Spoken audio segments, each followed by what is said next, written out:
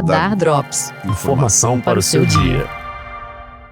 Olá, hoje é 26 de fevereiro, começa agora o Radar Drops, informação para o seu dia sobre curadoria do FGV Notícias. E a gente começa com um desfecho histórico na justiça brasileira. A primeira turma do Supremo Tribunal Federal condenou por unanimidade todos os réus acusados pelo assassinato da vereadora Marielle Franco e do motorista Anderson Gomes. Um crime que, como sabemos, chocou o país inteiro. Essa decisão unânime contra os 5 acusados, na prática, encerra o caminho do processo na justiça.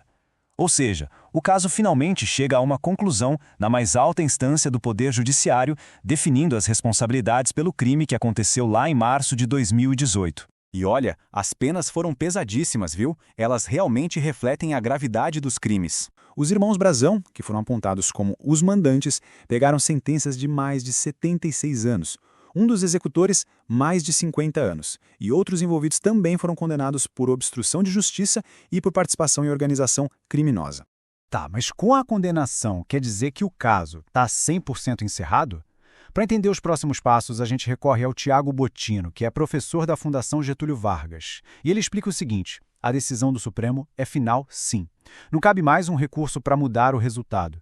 O que a defesa pode fazer agora é apresentar um tipo de recurso chamado embargo, que serve só para esclarecer algum ponto técnico da decisão, alguma possível contradição, mas sem alterar a condenação em si. Então, o cronograma a partir de agora é bem claro. Primeiro, o STF tem até 60 dias para publicar o texto completo da decisão, o que a gente chama de acórdão. E só depois que isso for publicado é que a defesa vai ter um prazo bem curto, de apenas 5 dias, para tentar algum tipo de esclarecimento.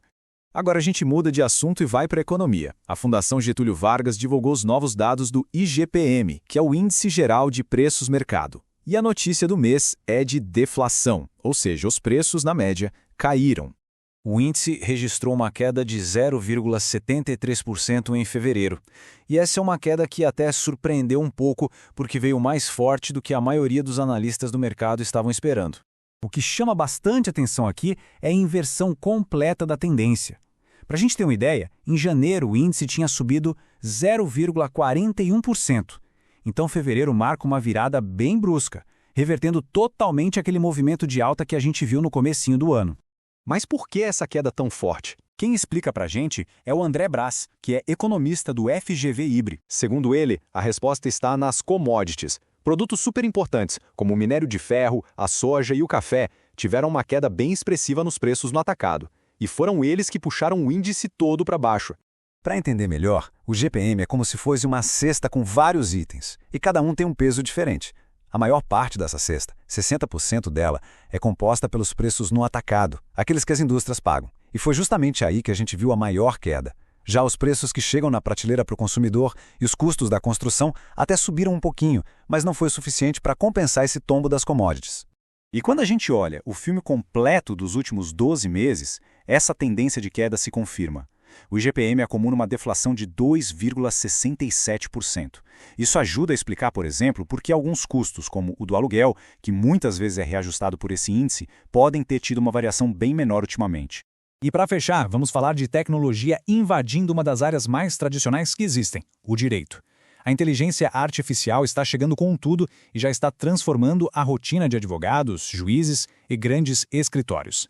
Imagina só ter que lidar com milhares, às vezes milhões de processos judiciais ao mesmo tempo.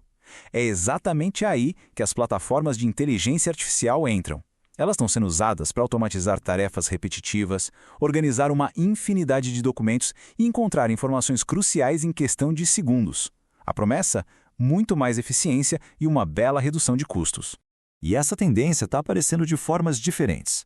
Por um lado, a gente tem empresas como a Fint, uma IA que nasceu dentro de um escritório gigante para dar conta de um volume absurdo de processos.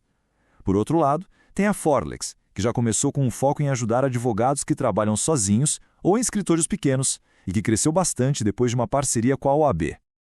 Ok, mas essa história de usar tecnologia no direito é algo realmente novo? Segundo Guilherme Forma-Klafke, professor da FGV Direito SP, não é bem assim.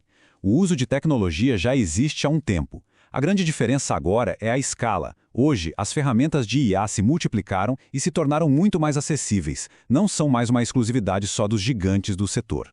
Claro que toda essa expansão tecnológica levanta uma questão super importante. Quais são os riscos disso tudo? E, principalmente, como eles estão sendo controlados? O maior medo é a IA alucinar, sabe? Gerar respostas falsas ou, pior, inventar leis e casos que nunca existiram.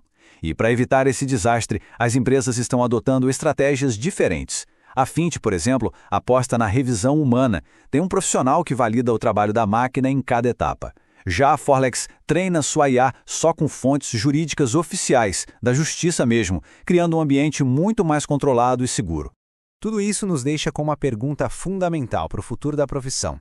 Com a tecnologia redesenhando completamente o trabalho jurídico, como é que a advocacia vai adaptar seus modelos de negócio e, mais importante ainda, sua ética a essa nova realidade? Fica aí a reflexão. Esse foi o Radar Drops de hoje. Voltamos amanhã com mais notícias. Até lá!